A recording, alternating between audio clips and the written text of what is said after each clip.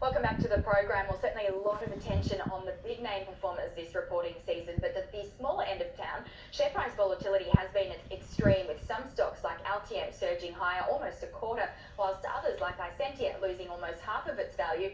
We're here to walk us through some of the biggest shifts. Michael Glennon, founder and portfolio manager at Glennon Capital, joins us live in the studio. Michael, great to have you with us. Good to be here.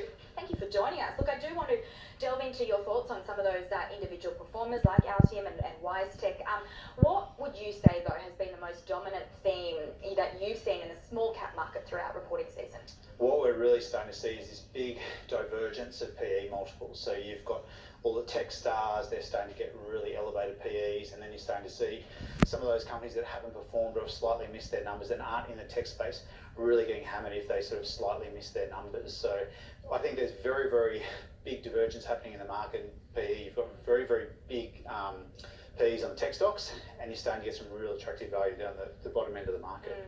Now, one of those, Altium, we'll talk about this one because it seems to have become one of the market darlings of the ASX. Record revenues is just reported, and it was described as an absolute standout year, I think it was.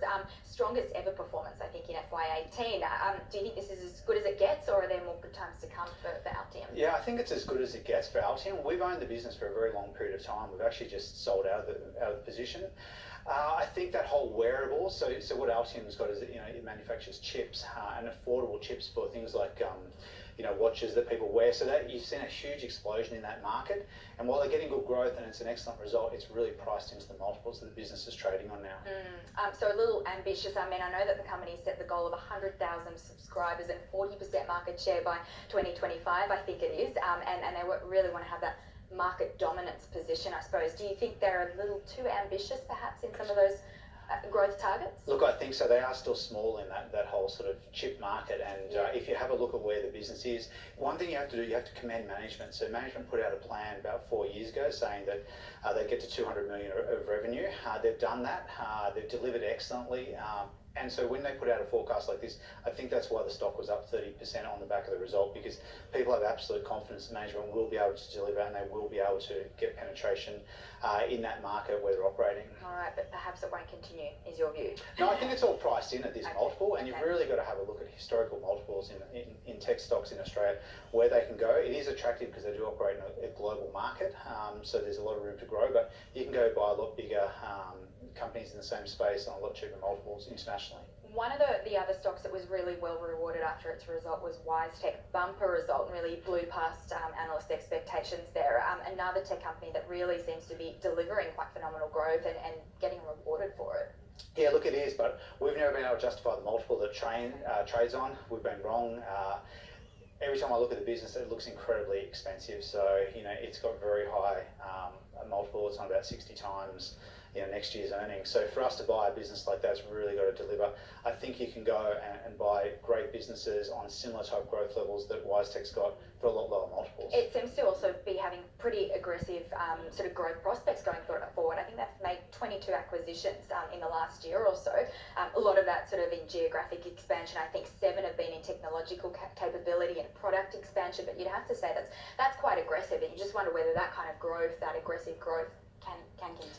Yeah, if you have a look historically in small caps in the Australian market, most of the companies that have been very, very aggressive making acquisitions, they tend to have some type of catastrophe some point down the track. It's hard to integrate all those acquisitions. It's hard to manage them. So that does worry me about that business, the amount of acquisitions that have gone on, the different regions that they're operating in. So I'm worried about that, but saying that, we are worried about valuations in general in that tech space. I mean, they're very, very expensive.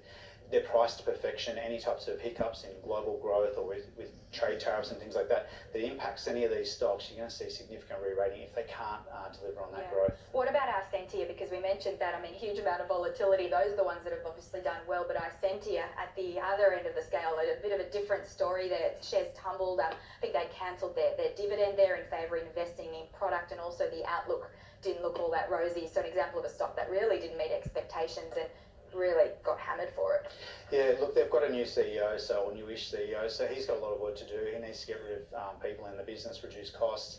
They really need to have a look at that business. It's had a couple of years of bad runs, but it's not trading on overly demanding multiples. There is a solid business behind it, so I think I'd rather be starting to look at opportunities like that than putting money at this stage of the cycle into businesses like WiseTech that have very big PE. So if you had to pick a standout right now in the small cap sector, what would it be? We're very long afterpay, but you know, we've been there for quite a while. So, and I know even it's around these levels, because I know it's been well, this is about around where our valuation is, but you know, it's entering into a new market. You know, we haven't priced in massive assumptions saying that they do 10% of all online sales in Australia. So we haven't said they're going to do 10% of all online sales in the US, but you know, there's many opportunities for Afterpay to grow in the US. So we've just priced in getting some reasonable market share out of the deals that they've already announced. All right, well, it seems to be the big hype, obviously, and the top performer again today. Yeah, $21.19 at the moment, up 7.6%. Look, Michael Glennon, we'll have to leave it there. Really appreciate you joining us today, though. Thank you so much. Thank you. We will hit a